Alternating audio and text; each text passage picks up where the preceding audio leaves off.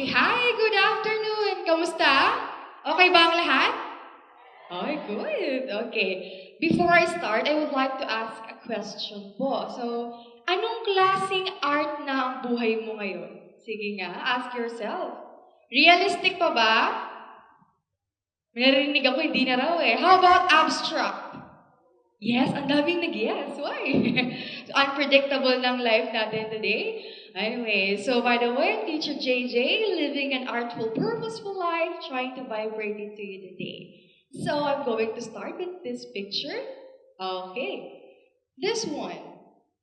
Some of you are actually may not be fascinated at all with this painting, but this is the very first painting na nagpaiyak during my culminating activity. So every time na magtatapos na yung mga students ko sa art class nila sa akin, I have this activity na nagkakaroon ng expression ang mga parents and kids kung paano nila mag-communicate, kung paano mag-communicate ang bawat isa through art. So, ayun na nga. Picard here is my student. So, sa community activity, naiyak yung mom niya. Nagkwento siya sa akin, Teacher, alam niyo po ba dumating ako sa bahay? Kung napapansin niyo, may family drawing dyan.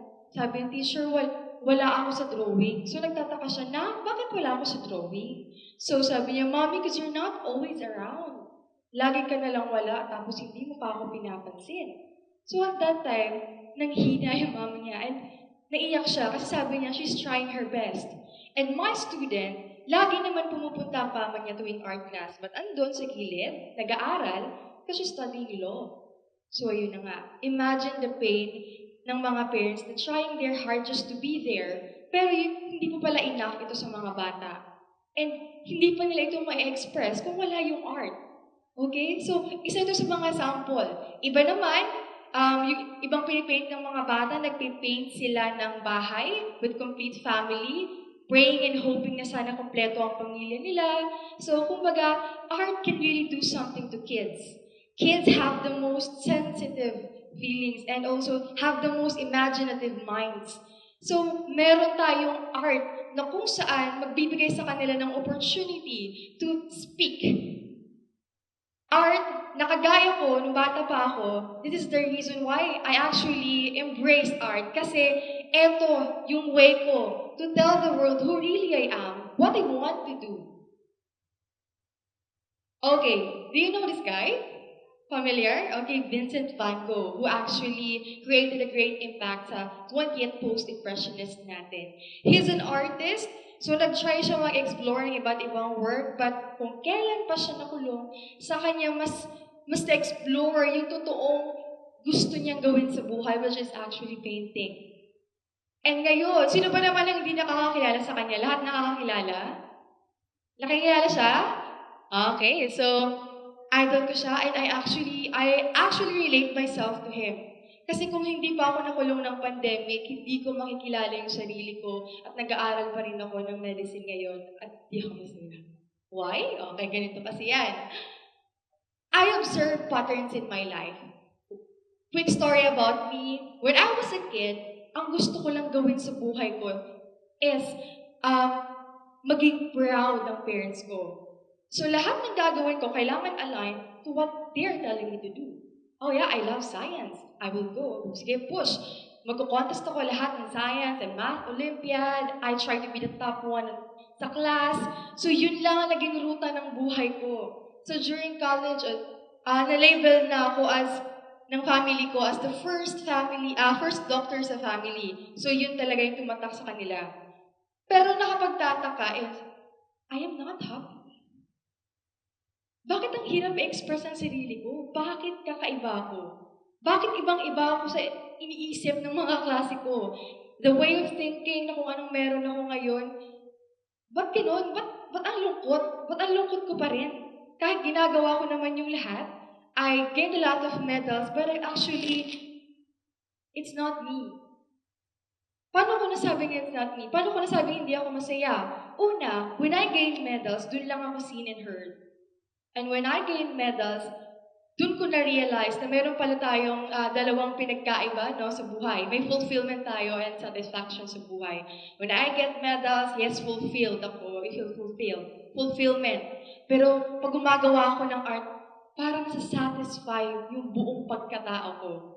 So doon ko na-realize na bata pa lang pala ako, excited na ako sa mga awards ko sa art. Sumasali na ako. Nanalo ako ng landscape painting contest, pero hindi napapansin yun. Walang parents na pumupunta. Kasi before, kailangan, ang pupuntahan nila is me. Nilalagay ng, top 1. Okay? So, hanggang sa nagpatuloy-tuloy, nag-college ako, I pursued BS Biology. Kasi, I'm preparing for med school. Pero nga, sabi ko, parang, ang bigat. Nag-pandemic noon, nakulong ako, wala akong ibang ginawa kundi mag-paint. Mag-paint and mag-paint. So, hanggang sa, nung nag-graduate na ako, nag-try ako magturo sa isang university, I thought, makikita ko na yung totoong value and purpose ko in life. But actually, nakapagtataka kasi yung mga taong na-expect ko na who will appreciate me, actually kulang pa. Bakit kulang pa tayo sa kanila? O baka naman hindi pa sapat yung ginagawa natin para sa sarili natin. Kasi ang lagi natin iniisip kung paano natin mapapasaya yung ibang tao. So doon na ako nagtaka. I feel so miserable. I actually had a suicidal attempt. Kasi feeling ko, yun lang ang worth ko, the awards. But the only time na na-express ko yung sarili ko is through art. So, doon na. Nung college ako, ang laking tulong ng art sa akin. Bakit? Sinuportahan niya yung pag-aaral ko. Actually. So, alam ng parents ko, pero dapat focused ako. Kasi kailangan may flying colors tayo pag-graduate. Pero, ang ginagawa ko siyang business. Pinag-paint ako sa canvas bag, nag-accept ako ng commission paintings, para makapag-provide sa mga needs ko. Pero ayun na nga, nag-graduate na, nag-teach na sa university, pero kahit nag-teach ako, alam mo yung kulang? Nagtuturo ka, uuwi ka sa bahay, gusto mo magpinta, at parang kulang yung buhay ko. So doon ko na-realize na, okay, I have to stop this.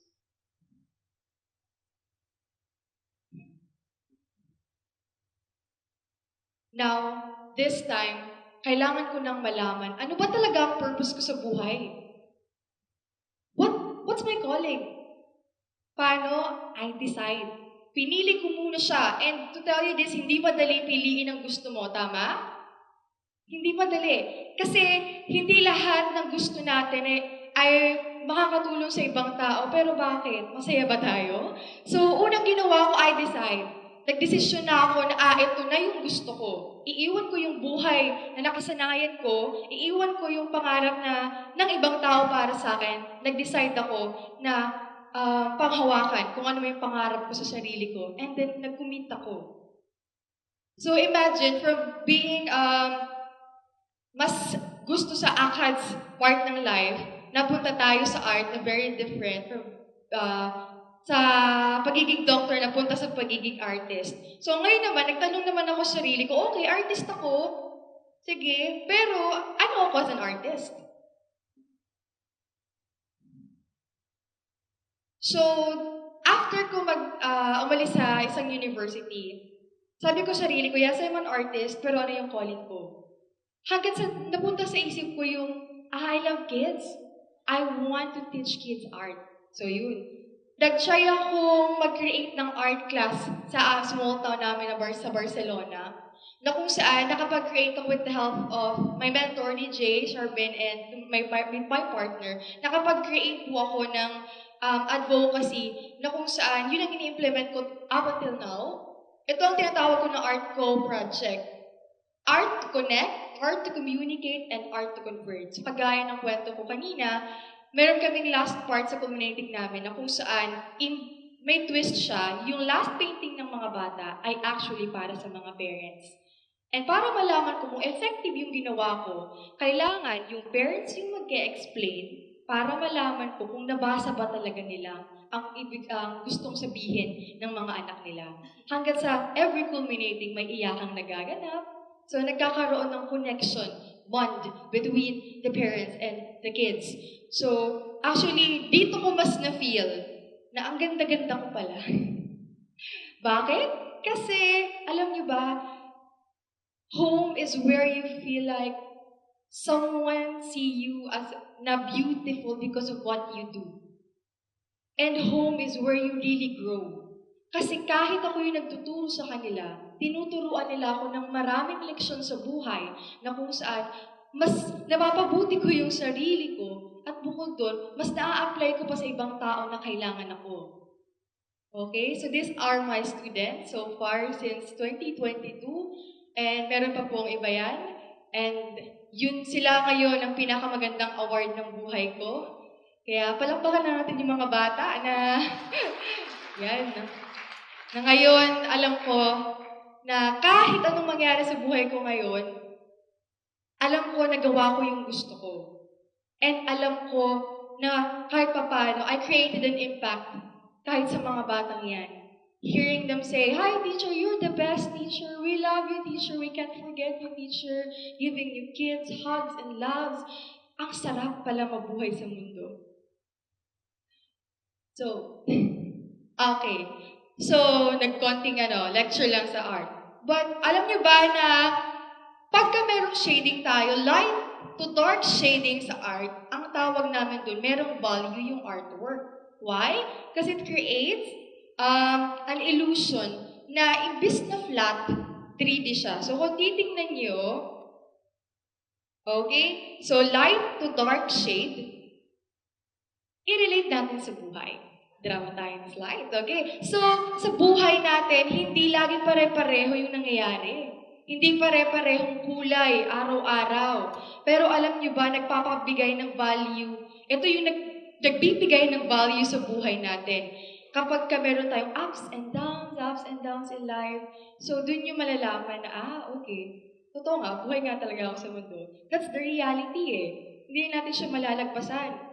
But, meron tayong tinatawag na shadows, na kung saan ang shadows na to, sabihin natin ito yung mga sorrows in life, yung mga nag-drag sa'yo pababa, but, this shadow actually shows na nakatayo ka. Okay? So, pinapakita niyan, you're standing strong. I also have a painting here. Sa amin ng mga artist, every time na kung gusto namin malaman kung maganda ba yung ginagawa namin, ang sabi namin, kailangan namin mag-step back. So, kagaya sa buhay, kung gusto mong malaman kung okay ka pa ba ngayon, saan ka ba papunta, try mo muna mag-step back. Yan. Tapos tingnan mo siya. Tingnan mo kung saan ka nagsimula at saan ka papunta. Okay? Because knowing where you started and where you're going, you actually won in life. So yun lang po. Art is something that makes people like me appreciate the world. And sana kayo din. Tanong niyo sarili niyo, anong art ang nagawa ko today? Hi, I'm Teacher Justin, and this is my calling. What's your calling? Thank you, and good afternoon.